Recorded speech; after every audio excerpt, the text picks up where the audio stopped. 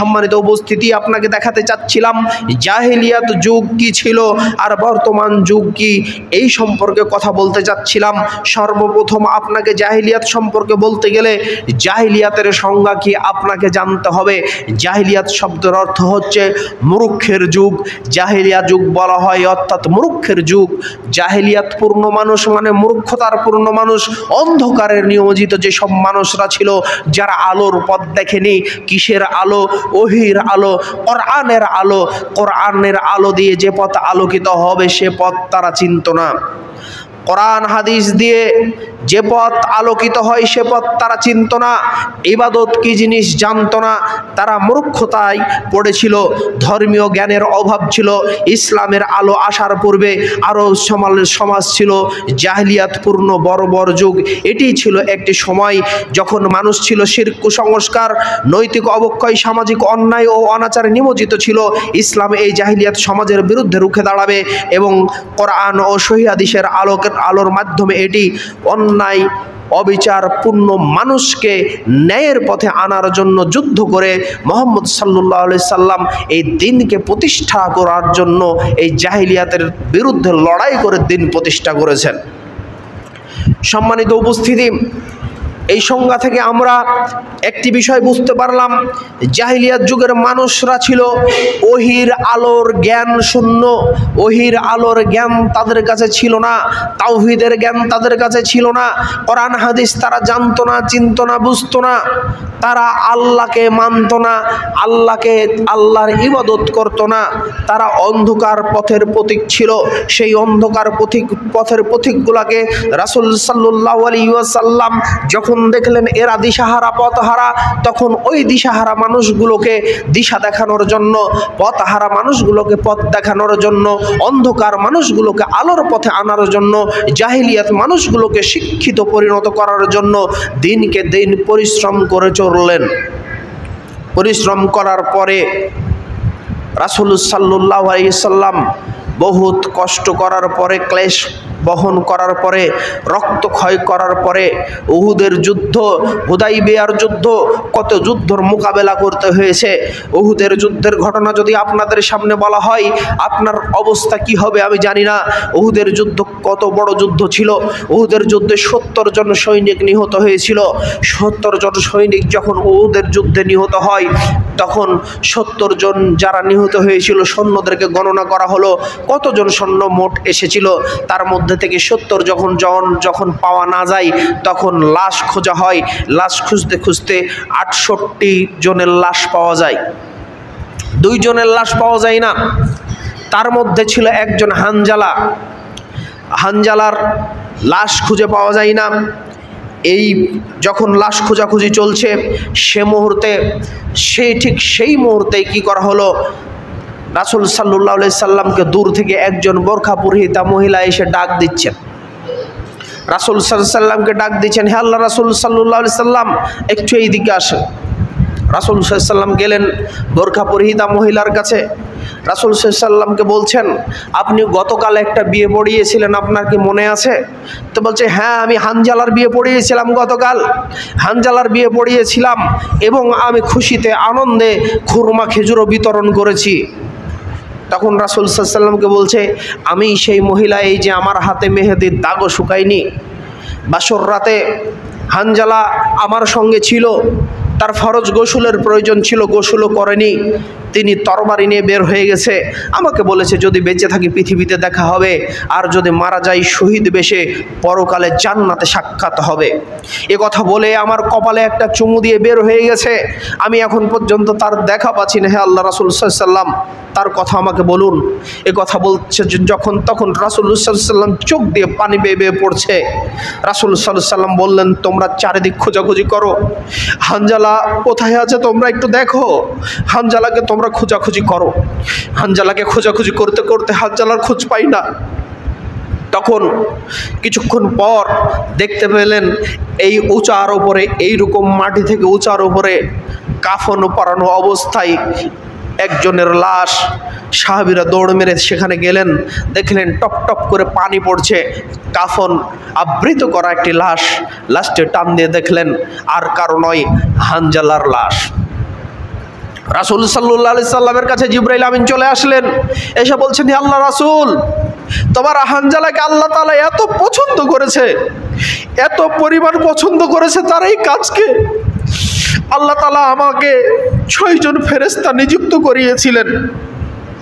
তাকে আসমানে নিয়ে গিয়ে তৃতীয় আসমানে তাকে আমরা জমজমের পানি দিয়ে গোসল দিয়েছি। কেননা শহীদের গোসল তো হয় না, রক্ত অবস্থায় তাকে দাফন করা হয়, কিন্তু তার গোসলের প্রয়োজন ছিল। কিন্তু গোসলকে প্রাধান্য না দিয়ে আল্লাহর দিনকে বিজয়ের জন্য প্রাধান্য দিয়ে, আল্লাহর দিনকে প্রাধান্য দিয়ে সে জিহাদের ময়দানে হাজির হয়েছে। তাই তাকে আল্লাহ তাআলা খুশি হয়ে ফেরেশতা নিযুক্ত করে আসমানে গোসল দিয়েছেন। রাসূল সাল্লাল্লাহু আলাইহি সাল্লাম হানজালার মাথা লাড়ে আর চোখ দিয়ে পানি পড়ে। ইসলামের জন্য এত ত্যাগ করার পরে, এত তিতিক্ষা দেওয়ার পরে এই ইসলাম বিজয় হয়ে এসেছে। ইসলাম এমনি এমনি আসে নাই। ইসলাম মাওয়ার বাড়ির লাড্ডু নয়, ইসলাম রাজশাহী চাঁপাই নবাবগঞ্জের আম নয়, ইসলাম দিনাজপুরের লিচু নয়, ইসলাম পদ্মার ইলিশ নয়, ইসলাম পদ্মার পানিও নয়। এই ইসলামের মধ্যে ঢুকে মুসলিম বেশে আপনি আজকে শিরকের সাথে আপোষ করেন, আপনি আজকে বিদাতের সাথে আপোষ করেন, অথচ রাসূল সাল্লাল্লাহু আলাইহি সাল্লাম শিরক ও বিদাতের সাথে ছিলেন আপোষহীন। আজকে আপনি মুসলিম হয়েও শহীদ মিনারে ফুল চড়ান, অথচ ফুল শহীদ মিনারে চড়াতে হলে আগে রাসূল সাল্লাল্লাহু আলাইহি সাল্লামের কবরে ফুল যেত। কথা বলেন ঠিক কিনা? আপনাকে বুঝতে হবে কোন জায়গায়। আপনাকে আমি দেখাতে চেয়েছি বর্তমান যুগ ও জাহিলিয়াত যুগ। জাহিলিয়াত যুগের মানুষেরা যেমন মূর্তি পূজা করত, এ যুগের মুসলমানও মূর্তি পূজা করে। জাহিলিয়াত যুগের মানুষকে হেদায়েতের পথ দেখানোর কেউ না থাকার কারণে তারা পথভ্রষ্ট ছিল। আর এ যুগে রাসূল সাল্লাল্লাহু আলাইহি সাল্লাম 1450 বছর আগে আল কোরআন ওহীর বাণী রেখে যাওয়ার পরেও মানুষ এখনো মূর্খতায় ডুবে আছে, এখনো পীর পূজা, মাজার পূজা আর আপনার দরগা পূজা নিয়ে ব্যস্ত রয়েছে। আজকে মানুষ 26শে মার্চে রাত 12টার সময় গিয়ে ফুল চড়ায়, খালি পায়ে শহীদ মিনারে যায়। একজন মুসলমানের বাচ্চা কি করে শহীদ মিনারে ফুল চড়াতে পারে আমার জ্ঞানে ধরে না। আপনি নিজেকে মুসলমান দাবি করেন কি করে? আপনি পাঞ্জাবি পরে, টুপি পরে শহীদ মিনারে ফুল দেন, আপনার সাহস কি করে হয়? আপনি কি মুসলমান? আপনি শিরকের সাথে আপোষ করেন কি করে? আজকে মুসলমান শিরক ও বিদাতের সাথে আপোষ করছে, বলছে সামনে ভোট, না গেলে খারাপ হবে, অমুকের বাপের মিলাদ দাওয়াত দিয়েছে, যদি না যায় ওইখানে ওদের বাড়িরই আবার 7 ভোট। নাউজুবিল্লাহ। এইরকম পরিস্থিতি। জাহেলি যুগের মানুষ যেমন ইসলাম বুঝতো না, এ যুগের মানুষও ইসলাম বুঝে না। একজন ছেলে যেমন তার বাপ থেকে কিছু সম্পত্তি পেলে ওই সম্পত্তির মূল্যায়ন বুঝে না, ঠিক অনুরূপভাবে আমরা ইসলাম ধর্মে জন্মগ্রহণ করার কারণে আমরা ইসলামের কদর বুঝি না। সম্মানিত উপস্থিতি, আপনার নাম যতই ভালো হোক না কেন, নাম দিয়ে কখনো জান্নাতে যাওয়া যায় না। নাম যদি আব্দুর রহমান হয়, সিয়ামের মাস চলে গেল, কিয়ামের মাস চলে গেল, কিছুই করে নাই। সালাত সিয়াম কিছুই আদায় করে না, হাদিস কোরআনের ধারও ধারে না। ওর নাম আব্দুর রহমান নয়, ওর নাম আব্দুল জাব্বার। একসাথে যদি আল্লাহ তাআলার যে 99 নাম রয়েছে ওই নামও যদি গোটাই তার হয়, তাও ওর কাজ হবে। সম্মানিত উপস্থিতি, জাহিলিয়াতের যুগের মানুষ মূর্খ ছিল, যার ফলে বুঝতো না।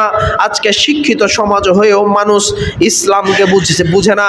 ইসলাম না বুঝার কারণে মানুষের এত অধপতন। আল্লাহ তাআলা তাদের সম্পর্কে, এই মূর্তি পূজকদের সম্পর্কে, শিরক পূজার সম্পর্কে আল্লাহ তাআলা কোরআনুল কারীম সূরা ইউনূস 10 নম্বর সূরা 18 নম্বর আয়াত আল্লাহ তাআলা ঠিক একইভাবে বলেন, তারা আল্লাহকে রেখে এমন কিছুর ইবাদত করে যা তাদের ক্ষতি করতে পারে না, উপকারও করতে পারে না। তারা বলে এরা আমাদের আল্লাহর কাছে সুপারিশ করবে।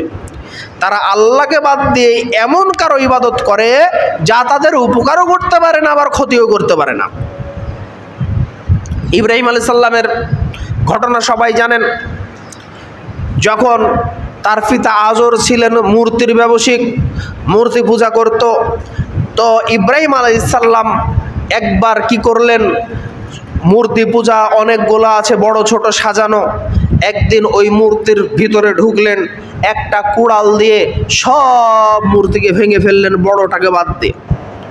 এবার বড়টাকে বাদ দিয়ে যখন সবার নাক মুখ থ্যাতা করে দিলেন, ভেঙে ফেললেন, ভেঙে ফেলার পরে বড়টার খাদে কুড়ালকে ঝুলে দিয়ে বের হয়ে গেছে। সবাই এসে দেখে কি ব্যাপার, ঘটনা কি, এটা কে ভাঙলো। এবার তদন্ত করে তাদের মাথায় আসলো যে ওই আজরের পুত্র ইব্রাহিমকে ডাকো, ওই এই কাজ করেছে, ও ছাড়া আর কেউ করবে না। তাকে ডাকা হলো, তদন্ত করার পরে সে আসলেন। আসার পরে বলছেন যে তোমরা আমার দোষ দিচ্ছ কেন, আমি কি এটা ভেঙেছি তোমরা কি দেখেছো? তো না দেখিনি, তবে আমাদের অনুমান। তো তোমাদের তো এই যে বড়জন কুড়াল ঘাড়ে করে আছে, আমার তো সন্দেহ এই সবকে মেরে ভেঙে দিয়েছে, বাদ করে দিয়েছে। তো বলে না না, এটা আমরা মানি না। তো যদি নাই মানো, আমার কথা যদি না বিশ্বাস হয়, তাকে জিজ্ঞেস করো সে কি বলে দেখো। তো বলছে যে সে কি কিছু বলতে পারে? তো বলছে তোমরা এমন কারো পূজা করো যে নিজেকেই রক্ষা করতে পারে না, যে কিছু বলতে পারে না, সে তোমাদেরকে রক্ষা করবে কি করে? তার দাওয়াত। আর আমাদের দাওয়াত হচ্ছে, হিন্দু বন্ধু দাওয়াত দিয়েছে, তার প্রসাদ খাওয়ার জন্য একটু যেতেই হয়, না গেলে বন্ধুত্ব টিকে না। আমার দাওয়াত হচ্ছে এইরকম। সম্মানিত উপস্থিতি, তাহলে আপনাকে বুঝতে হবে আজকে হিন্দুর জাহিলি সমাজ কোন জায়গায় ছিল। জাহিলি সমাজ শিরক মুক্ত ছিল না, বর্তমান সমাজও শিরক মুক্ত নাই। অতএব জাহিলি সমাজের কম আমাদের বাংলার সমাজ এখনো নয়। জাহিলি সমাজের ঊর্ধ্বে এখনো বর্তমান সমাজ যেতে পারেনি। জাহিলি সমাজ ছিল শিরকপূর্ণ, বর্তমান সমাজও শিরকপূর্ণ, এবং নারীদেরকে কলঙ্ক মনে করা হতো সে সময়। জাহিলি সমাজে নারীদেরকে কলঙ্ক মনে করা হলো, নারীদেরকে মূল্যায়ন করা হতো না। সূরা নাহাল 16 নম্বর সূরা 58 নম্বর আয়াত আল্লাহ তাআলা বলেন, তাদের যখন কেউ কন্যা সন্তানের সুসংবাদ পায় তখন তাদের মুখ মলিন হয়ে যায় এবং সে দুঃখ ভারাক্রান্ত মন হৃদয় নিয়ে বসে থাকে। কন্যা সন্তান দান করা হয় তখন তাদের মুখ মলিন হয়ে যায়। কারণটা হচ্ছে কন্যা সন্তানকে জুয়ার বোর্ডে বাজি ধরে। একজন কন্যা সন্তান যখন বেড়ে ওঠে, একজনের সঙ্গে বিবাহ দেওয়া হয়, ওই লোক যদি মারা যায়, তার যদি নিজের সন্তান থাকে, সে চাইলে নিজের মাকে বিয়ে করতে পারতো অথবা অন্য কারো সঙ্গে বিয়ে দিতে পারতো, কারণ ওই ছেলেই হচ্ছে ওই নারীর তখন মালিক। নাউজুবিল্লাহ। সম্মানিত উপস্থিতি, এ হচ্ছে জাহিলি সমাজ। বর্তমান সমাজ একটু দেখেন, বর্তমান সমাজেও অনেক রয়েছে নিজের আপন শাশুড়িকে বিয়ে করে ফেলছেন। কয়েকদিন আগে বগুড়ার একটি ঘটনা ভাইরাল, আপনারা দেখেছেন। রমজান মাসে মা মেয়ে একটা ছেলের ক্র্যাশ, মানে ওই একটা ছেলের জন্য মাও বলছে ওকে আমি বিয়ে করব, ছেলেও বলছে আমি বিয়ে করব। নাউজুবিল্লাহ। এই মেয়েও বলছে আমি বিয়ে করব, মাও বলছে আমি বিয়ে করব। শুধু এইরকম নয়, চট্টগ্রামে ধুমধাম করে 2014 সালে হয়ে গেল আপন খালার সাথে ভাগ্নের বিয়ে। নাউজুবিল্লাহ। কেন? খালা একটু মোটা সোটা, অন্য কোথাও বিয়ে হচ্ছিল না, তাই ভাগ্নার বলছে যে আমি বিয়ে করে নেব। আর বিয়ে জি পড়ালো কোন কাজী, আর দাওয়াত জি খালো কোন মুসলমান, আমার মাথাতেই ধরে না। এরা নিজেকে আবার বলে মুসলমান। তাহলে জাহেলি যুগের চাইতে আপনি পার্থক্য কোথায় পেলেন? জাহেলি যুগে যেমন নারী শিশু দেখা হতো না, নারী শিশুরা ধর্ষণের শিকার হতো, বর্তমান বাংলাদেশেও ধর্ষক বেড়েই চলেছে, ধর্ষণের শিকার হয়েই চলেছে। 2015 সালে আমাদের মোহনপুরে 6 বছরের একটা শিশু কন্যাকে তার খালু ধর্ষণ করে। ঠিক একই দিনের নওগাঁর নিয়ামতপুরে পাশের বাড়ির ভাড়াটিয়া একজন 4 বছরের শিশু কন্যাকে ধর্ষণ করে, যারা রাজশাহী মেডিকেল কলেজ হসপিটালে ভর্তি ছিল। পরবর্তী খবর মৃত্যু হয়েছে কিনা জীবিত ছিল আমার জানা নাই। শুধু এটি সীমাবদ্ধ নয়, রমজান মাসের প্রথম দিকে মাগুরায় ঘটে গেল চাঞ্চল্যকর একটি ঘটনা। 6 বছরের শিশু কন্যা, 6 বছর বা 8 বছরের একজন শিশু কন্যাকে তার বোনের শ্বশুর, ভাসুর, দুলাভাই এরা মিলে ধর্ষণ করেছে এবং মেয়েটা মারা গেছে, আপনারা সবাই জানেন। সম্মানিত উপস্থিতি, বাড়ির পাশে মুরগি এবং মুরগ থাকে, বাড়ির পাশে গরু ছাগল থাকে, বনে শিয়াল কুকুর বসবাস করে। আজ পর্যন্ত কোনোদিন দেখি নাই যে একজন শিয়াল ছোট্ট শিয়ালকে ধর্ষণ করেছে, একটা কুকুর ছোট কুকুরকে ধর্ষণ করেছে, কুকুরের বাচ্চাকে ধর্ষণ করেছে, একটা ছাগল একটা গরু কাউকে ধর্ষণ করেছে। এমনকি একটা আপনি বকন গরুকে যদি ষাঁড়ের কাছে নিয়ে যান, ওর যদি ম্যাচুরিটি না আসে, ওই ষাঁড়টাও তার উপরে উঠবে না। অথচ মুসলমানকে আল্লাহ তাআলা সৃষ্টি করলেন সুন্দর আকৃতি দিয়ে, সুঠাম দেহ দিয়ে। সূরা ৩ নম্বর আয়াত আল্লাহ তাআলা বলছেন, আমি মানুষকে সৃষ্টি করেছি সুন্দর আকৃতি দিয়ে, সুঠাম দেহ দিয়ে। শুধু তাই নয়, সুন্দর বুদ্ধি দিয়ে আল্লাহ তাআলা মানুষকে সৃষ্টি করেছেন। সেই মানুষ কুকুরের চাইতে নিকৃষ্ট হয়ে গেছে, চার পাইয়া জন্তুর চাইতে নিকৃষ্ট হয়ে গেছে। আজকে ছোট্ট শিশুর সাথে সে এই অপকর্ম লিপ্ত হচ্ছে। সম্মানিত উপস্থিতি, এই কথা আপনাকে শোনানোর কারণ হচ্ছে আপনাদের মাথায় দিয়ে দেওয়া বর্তমান সমাজ, জাহিলি সমাজের এতটুকু 19-20 নয়, এখনো চলছে দেদারসে মেলামেশা, এখনো চলছে অবৈধ মেলামেশা। আজকে ফ্রিমিক্সিংয়ের নামে আমার যুবক ভাইরা, আমার যুবতী বোনেরা আজকে বয়ফ্রেন্ড আর গার্লফ্রেন্ড, জাস্ট ফ্রেন্ডের নামে অবৈধ মেলামেশায় লিপ্ত হয়েছে। সারা রাত ধরে কথা বলে। যখন আপনার মেয়ে কথা বলে, এই কে কথা বলছে রে? রহিমা, আমার বন্ধু ফোন দিয়েছে। এই তোর সাথে কে কথা বলছে রে? আব্দুল করিম, আমার বান্ধবী ফোন দিয়েছে গার্লফ্রেন্ডের সঙ্গে। গার্লফ্রেন্ড বা বয়ফ্রেন্ড নট ম্যাটার, আপনি কিছু মনে করছেন না। কিন্তু এই কথা বলতে বলতেই একদিন কথা হবে, তাদের কথা হবে, তারপরে তারা নির্জনে মিলিত হয়ে ইন্টারকোর্স করবে। এইরকমই হচ্ছে সমাজ, চলছে। আজকে মহিলাদের সতীত্ব নষ্ট হয়ে গেছে, পুরুষদের পুরুষত্ব নষ্ট হয়ে গেছে। আজকে গণ অভ্যুত্থান কারা ঘটালেন? গণ অভ্যুত্থান ঘটানো সম্ভব হয়েছে একমাত্র যুবকদের জন্য। রাসূল সাল্লাল্লাহু আলাইহি সাল্লাম উহুদের যুদ্ধে কাদেরকে নিয়ে যুদ্ধ করেছিলেন? যুবকদেরকে নিয়ে। রাসূল সাল্লাল্লাহু আলাইহি সাল্লাম যে হিলফুল ফুজুল গঠন করেছিলেন কাদেরকে নিয়ে? যুবকদেরকে নিয়ে। যুবক, তুমি যদি সজাগ না হয়, বাংলার জমিনে নয়, সারা বিশ্বের জমিনে কোনোদিন কালেমার পতাকা উড়বে না, উড়বে না, উড়বে না। তোমার জ্ঞান যতদিন পর্যন্ত ওহির আলোকে তুমি জ্ঞান না অর্জন করবে, যতদিন পর্যন্ত তুমি কোরআন হাদিস চর্চা না করবে, যতদিন পর্যন্ত তুমি সাহাবে কেরামের জীবনী না পড়বে, যতদিন পর্যন্ত যুদ্ধের কারণ কি তুমি না পড়বে, যতদিন পর্যন্ত তুমি ইসলামকে না চিনবে, না বুঝবে, যতদিন পর্যন্ত তুমি আল্লাহর রঙে নিজেকে রঙিন না করবে, ততদিন পর্যন্ত তুমি ইসলামের আলোয় আলোকিত না হতে পারলে দেশে কালেমার পতাকা উড়বে না, সারা বিশ্বে তো সম্ভবই না। আজকে ফিলিস্তিন মার খাচ্ছে আর সারা বিশ্বের মুসলমান ঘুমাচ্ছে, কথা বলেন ঠিক কিনা? আজকে সারা বিশ্বের মুসলমান যদি জেগে উঠতে পারে একমাত্র যুবকেরা।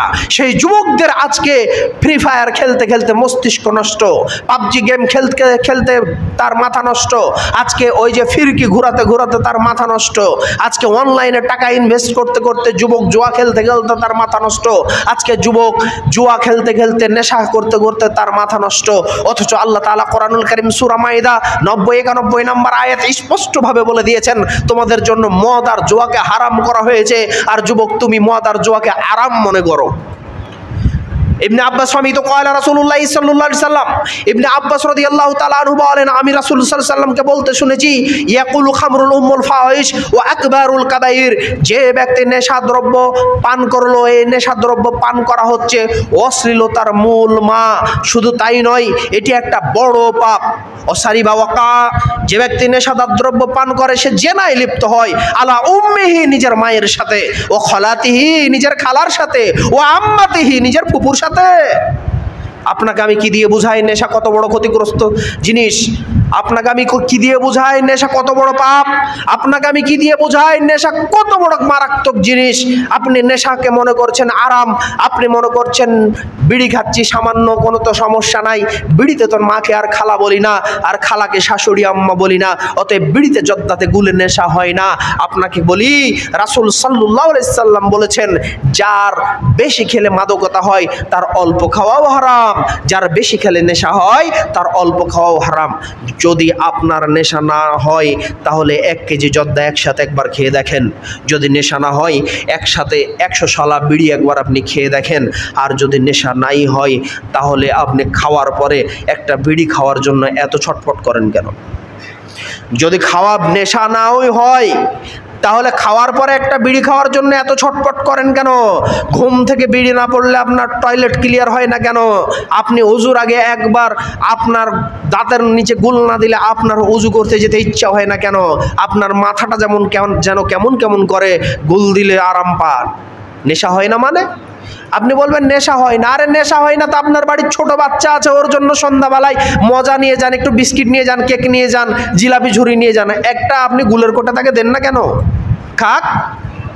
সাধারণ মানুষের সামনে গুল খুললেও তার হাঁচি আসে, মাথা ঘুরে না কথা বলেন? জর্দার সেন্ট আসলে মাথা ঘুরে না সাধারণ মানুষের? কথা বলেন, ঘুরে না? তাহলে সাধারণ মানুষের মাথা ঘুরে কারণ এর ওই জিনিসটা অভ্যস্ত নয়। আর আপনার শরীরে পয়জন হয়ে গেছে, ওটা খেতে আপনি অভ্যস্ত হয়ে গেছেন, ওটা আপনার শরীরে আর কোনো ইফেক্ট ফেলে না। আমার চোখে এমন আমি লোক দেখেছি যে একটার পর একটা বিড়ি খাই, ও ওই বিড়ির প্যাকেটের মধ্যে সব বিড়ির মশলা ফেলে গাঁজা ঢুকাই, সারাদিন গাঁজা খাই। ওর সঙ্গে কথা বলবেন স্বাভাবিক, ওর সঙ্গে কথা বলবেন স্বাভাবিক, মানে ওই গাঁজা ওর শরীর আর ইফেক্ট ফেলতে পারে না, ওর শরীরে বিষ জন্ম হয়ে গেছে। সম্মানিত উপস্থিতি, জাহিলি যুগেও ছিল এইরকম নেশা, এই যুগেও আছে নেশা। তাহলে জাহিলি যুগ আর এই যুগের মধ্যে পার্থক্য কোথায়? আমি একটু বিবেচনা করলেই বুঝবেন।